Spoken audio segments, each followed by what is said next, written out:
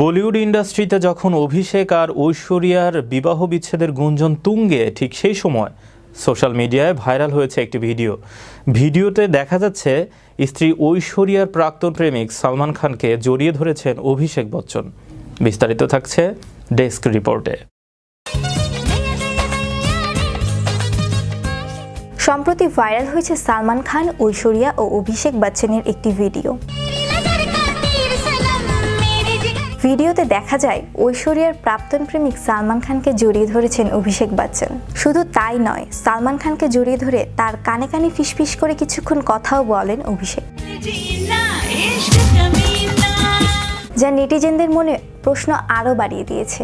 আসলে কি স্ত্রী ঐশ্বরিয়াকে দূরে ঠেলে দিয়েছেন অভিষেক? সালমান ও অভিষেকের এই ভিডিও নেট দুনিয়ায় প্রকাশ পাওয়ার পরই দ্রুত ভাইরাল হয় ভিডিওটি।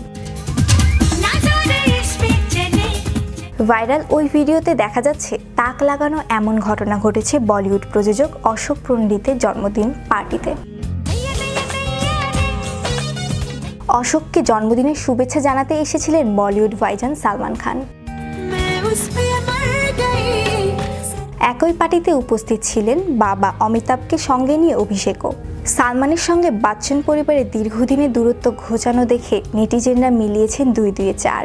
তাদের ধারণা, মিডিয়ায় প্রকাশ না করলেও ঐশ্বরিয়ার সঙ্গে বিচ্ছেদ হয়েছে অভিষেকের, যার প্রমাণ অভিষেক ঐশ্বরিয়া দুজনেই তাদের হাতের বিয়ের আংটি খুলে ফেলেছে। বিচ্ছেদের ঘটনায় তাই আর পুরনো প্রেমিক সালমান থেকে দূরত্ব রাখতে চান না বচ্চন পরিবার, এমনও মন্তব্য অনেক নেটিজেনদের।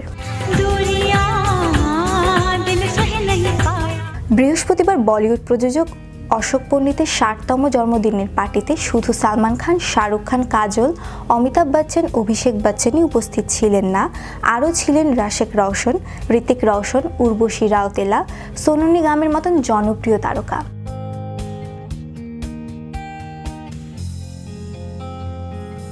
শ্রেয়া রায়, বিশ্ব বাংলা 24, বিনোদন ডেস্ক।